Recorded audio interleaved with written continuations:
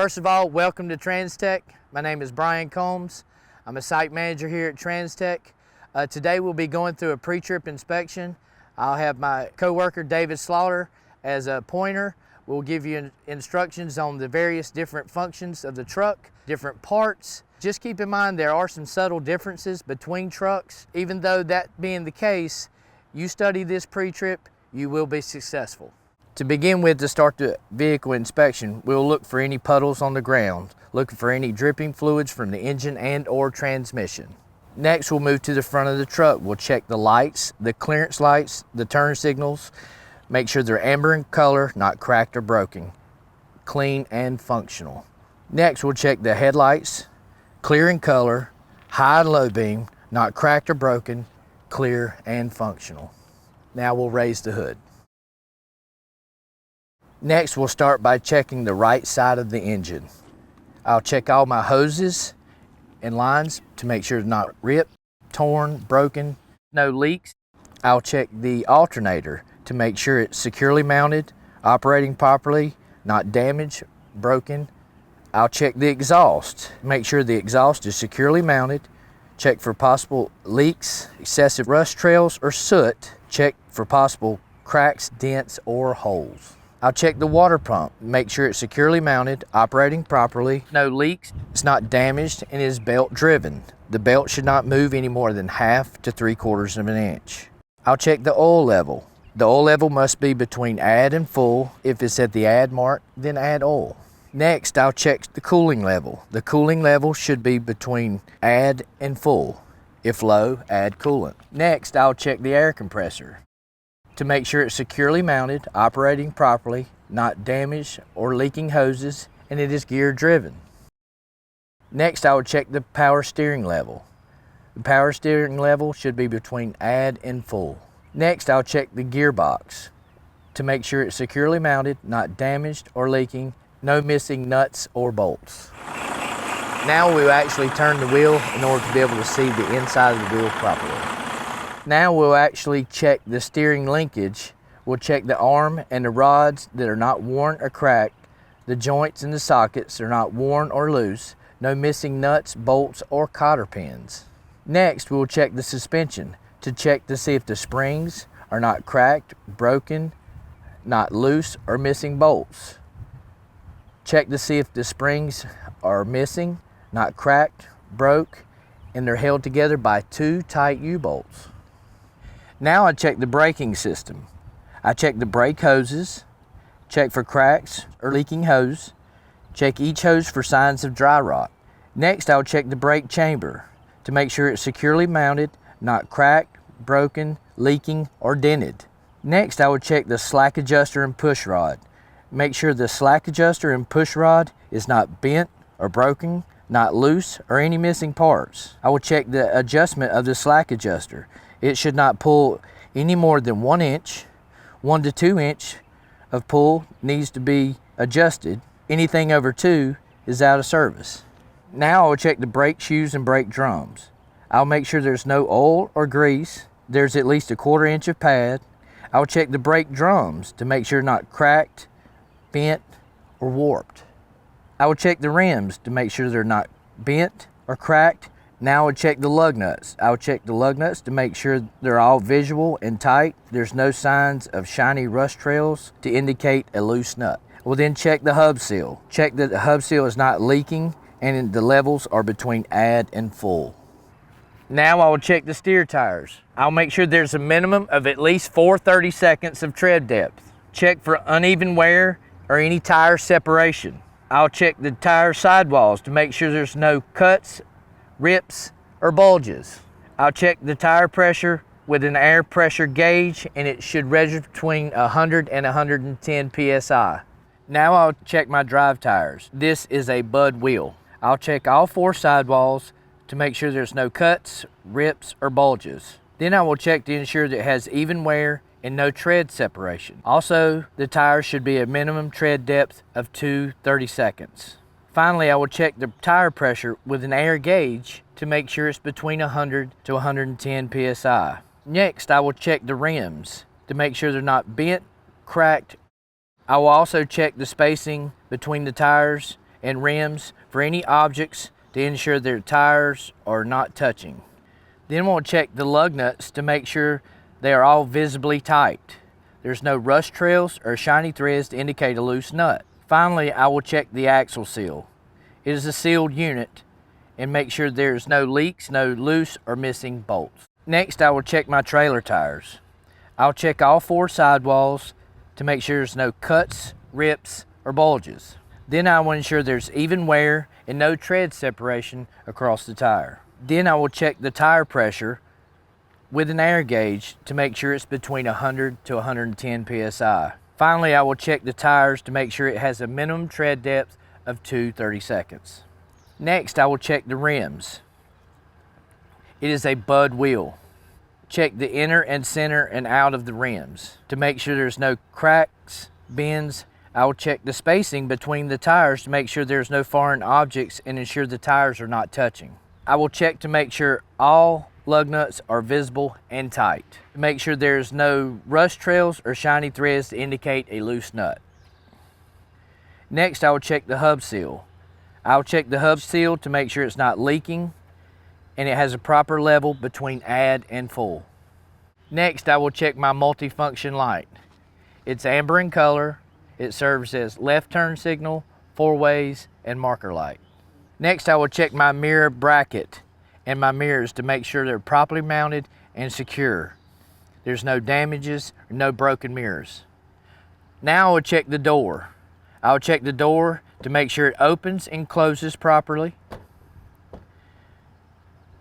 I will check the hinges to make sure they're not cracked or broken and they're tight, as well as a good rubber seal on the door, as well as the inside of the frame of the truck. Now I will check the steps, properly secure, clear of objects, and will support the weight of the driver. Next, I will check the fuel tank. I will check the saddle straps to make sure they're good and tight, has a rubber insulator. I will check the fuel cap to make sure it's tight, has a good rubber seal, and a DOT chain, as well as checking underneath the truck for any leaks. Next, I will check my emergency equipment in the side box. The side box should contain 3 reflective triangles. Next, I will check the air line as well as the electrical line. Sometimes we refer to this as the 6 points of contact from our tractor to our trailer. I will ensure there's no leaks in the air lines, no cuts, splices, or worn. Ensure that the electrical lines are not broken, frayed, not tangled, or hanging dangerously low. Check to ensure the glad hands are in the locked position, they're not damaged or leaking. Make sure the trailer electrical lines are firmly attached in place with a latch. Next, I will check the catwalk and steps. I will check to make sure they are securely mounted, free of objects, and no obstructions. Next, I will check the drive shaft to make sure it's not bent, cracked, and free of foreign objects. Next, I will check the frame and the cross members to make sure there's no illegal welds, no holes, or any damage of any kind. Next, I will check the front drive axle. I'll check the spring mounts to make sure they're securely mounted to the frame, not cracked or broken, no loose or missing bolts. Next, I will check the springs and the torque to make sure they're not shifted, cracked, not broken, and it's tight with 2 U-bolts. Next, I will check the shock absorbers to make sure they're securely mounted, no leaks, not dented, no loose or missing bolts. Also, I will check the air ride suspension. I will check the airbag to make sure it's not dry rotted, not damaged or leaking. Also, I will check the airbag mounts. Now I'll check the brake assembly. I will check the brake hoses to make sure they're not cracked, worn, or leaking. I'll check the hose for any signs of dry rot. Next, I will check the brake chamber to make sure it's securely mounted, not cracked, not broken, not leaking, or dented. Next, I will check the slack adjuster as well as the push rod. The slack adjuster and push rod should not be bent or broken, not loose, or any missing parts. I'll check the adjustment on the slack adjuster. It should not pull any more than 1 inch. Any more than 2 is out of service. I will then check the brake shoes and brake drums. I will make sure there's no signs of oil or grease. I have at least a 1/4 of an inch of brake pad, brake shoes. I will check the brake drum, make sure it's not cracked, broken, warped. Next, we'll check the mud flaps. I will check to make sure they're securely mounted, no loose or missing bolts. Next, at the rear of the tractor, I'll check the lights and reflectors to make sure they're securely mounted, red in color, not cracked or broken. The functions include turn signals, four-ways, brake lights, and tail lights. Next, I will check the fifth wheel. I'll check the locking jaw. Check that the locking jaw is fully around the shank of the kingpin. It's not cracked, damaged, or broken. Next, I will check the kingpin as well as the apron. I'll check the kingpin that it's not bent, cracked, or any flat spotted, or the apron to make sure there's no cracks or damages, not broken. Then I will check the platform and mounting bolts. I will check for loose or missing bolts to make sure it's securely mounted to the frame of the tractor. I will then check the fifth wheel skid plate to make sure it is properly greased. Then I'll move to the fifth wheel locking pins. I will check for loose or missing pins in the side, make sure the pins are fully engaged, and check for any leaks on the airline fifth wheel. Then I will check the release arm. Ensure that the release arm is fully engaged and the safety latch is in place. Then I'll move to the front of the trailer. I'll check the clearance lights to make sure they're amber in color, not cracked or broken. Then I'll move to the header board to make sure it's securely mounted, free of any damage, and is strong enough to support the weight of the cargo, no cracks, bulges, or holes. Now I'll move to the trailer frame. I'll make sure it's not bent, cracked, or broken. There's no illegal welds in the frame. I will then check the cross members. Make sure it's not bent, broken, no loose or missing bolts. I will also check the floor for any holes or damages the entire length of the trailer. Then I will move to the DOT tape. Check that the DOT tape is clear and visible the whole entire length of the trailer. Now I'll move to the landing gear. I'll make sure there is enough space between the back of the tractor frame and the landing gear to ensure proper turning. Then I'll move to the landing gear itself. I'll check that the landing gear is fully raised, properly secure, not damaged, not cracked, no illegal welds.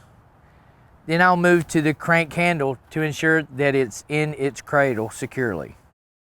Next, I'll move to my multifunction light. It's amber in color, serves as left turn signal, four-ways, and marker light. I'll make sure it's not cracked or broken, any sort of damage. I will then move to the front trailer axle. I will check the tandem release arms as well as the locking pins. Check that the locking pins are in place.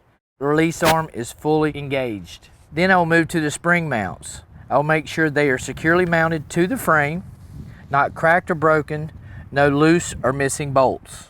Next, I will move to the torque arm to make sure it's securely mounted, not loose, cracked, or any missing bolts.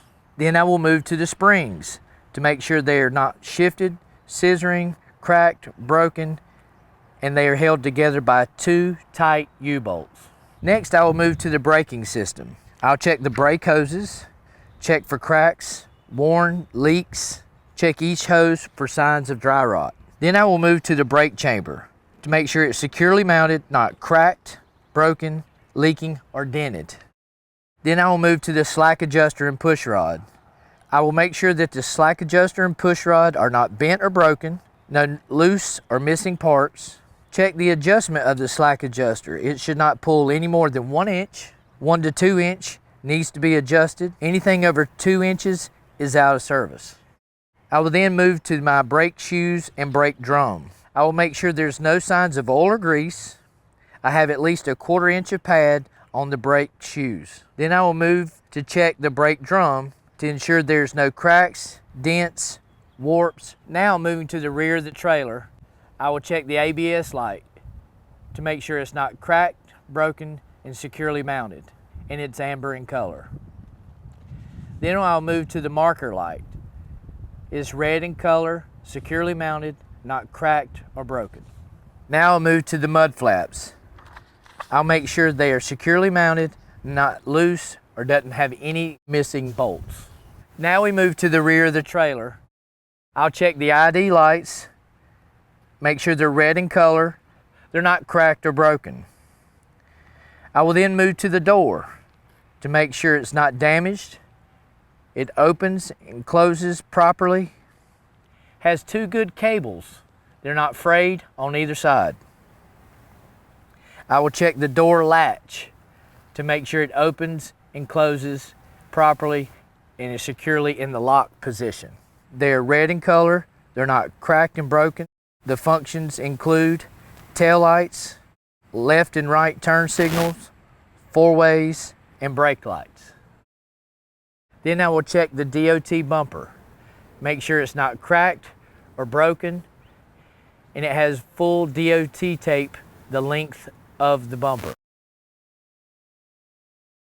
Once the inspection is complete down the left side, then look down the right side to see if there's anything different that I would normally inspect. Once entering the cab, I'll check my seat belt to make sure it's not ripped, frayed, torn, and latches properly. I will then check my mirrors to make sure they're not cracked, broken, and adjusted to me, the driver.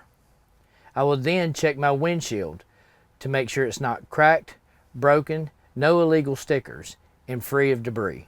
I will now do my safety start. I'll make sure my buttons are pulled, it is in a neutral position, and I'll apply the brake when starting. When I start the engine, I will make sure my ABS light comes on and goes off. Then I will start by checking the water temperature to make sure it rises between normal operating level.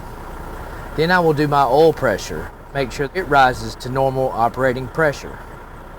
I will then check my primary and secondary air gauges to make sure they rise between 100 and 125.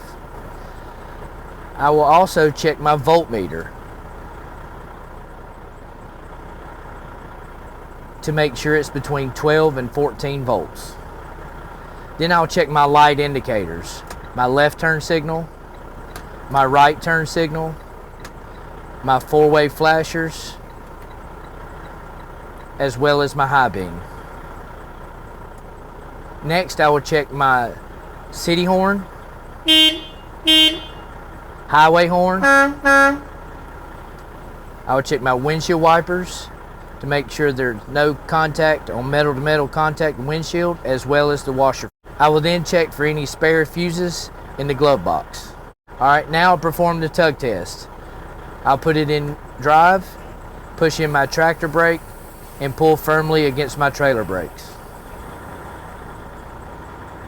Then I will place in neutral, pull my tractor brake, press in my trailer brake, put it in drive, and pull firmly on the tractor brake. I will then place in neutral, press both buttons in. I will then pull forward, apply the brakes, and make sure it does not pull left or right, and stops appropriately. I'll then place the truck in neutral, cut the truck off, turn the ignition on. I will then perform my lab test. I will press the brake for 1 minute, and I should not lose any more than 4 psi in 1 minute. Once that is satisfied, I will press the brake to approximately 60 psi. I will have an audible and visual alarm indicating low air pressure. Then I will continue to fan the brakes between 40 and 20, and my tractor protection valve should pop out, followed by the tractor.